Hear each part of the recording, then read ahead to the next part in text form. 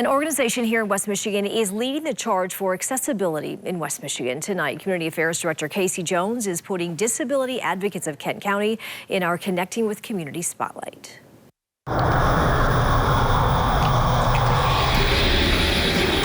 We always like to say we're not fixing broken bodies, we're fixing broken environments or broken homes. Disability is not something that's inherent to the individual. It's not something that's the fault of the individual.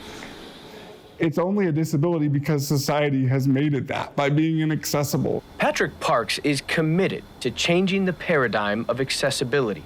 It's not the medical diagnosis or the disability that makes the difference, it's the environment that they're a part of. He's part of the team at Disability Advocates of Kent County that's breaking the barriers around accessibility, from how communities are used and how they're seen.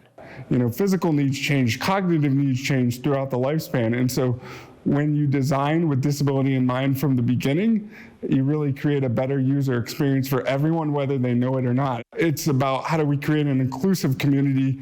You may not need it today, but odds are you or someone you know, you're going to need something tomorrow to help you navigate the world a little easier. Since 1981, 9 years before ADA was signed into law, Disability Advocates has been driven by a twofold mission: to work alongside people with disabilities as they seek a more self-directed life, and system changes to public policy. We always like to say that if disability is in the name, we want you to call us, because odds are that we have either the resources ourselves or we have the relationships to connect you to the places that you might need assistance from. Everything from housing support, workforce development, equipment needs, therapies, and now all that work being done from a brand new home at the Special Olympics Michigan Inclusion Facility.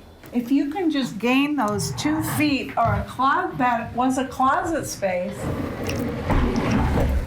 now you've got much more turn space to come in with a wheelchair or a walker. Their new space allows them to show on a micro level how simple changes to accessibility.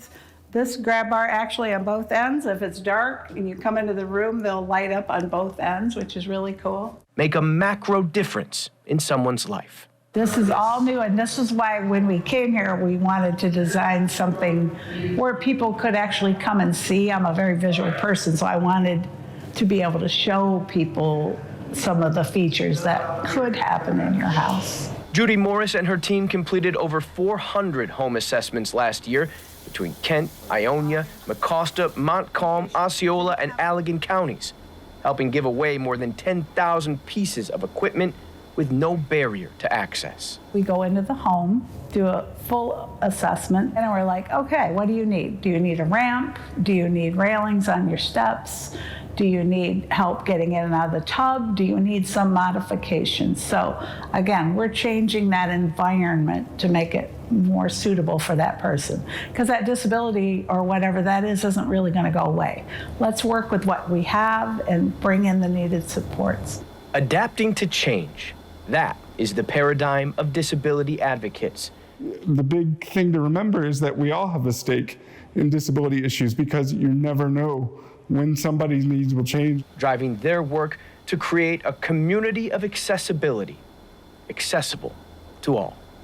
Anybody in any role that they have in society can positively affect disability policy and accessibility challenges. I mean, even if it's as simple as just asking the questions, why isn't our playground accessible for my child's classmates who might have disabilities? Why isn't this community park accessible?